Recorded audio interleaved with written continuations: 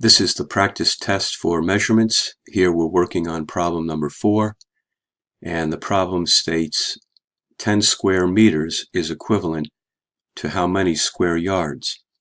So we need to be careful. We're dealing with square meters and square yards. These are areas, and meters is a metric unit, yards is a US unit.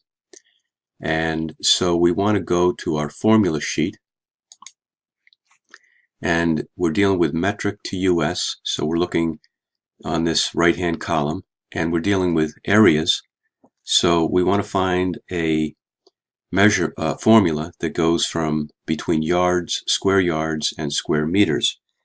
And we find one right here. 1 square yard is equal to 0.8 square meters, and that's going to be the formula that we use in the problem.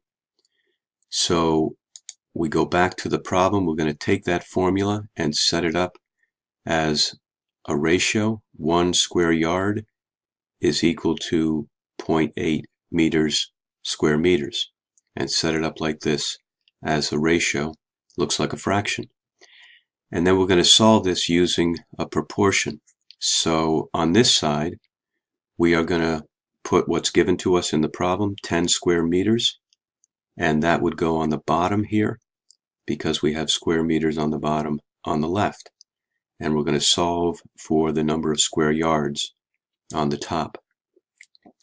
So we always look for the two numbers across from one another, and we multiply them. 1 times 10 gives me 10, and then I divide that by the leftover number, the 0.8, and we have our answer, 12.5 square yards, which is letter C in this problem.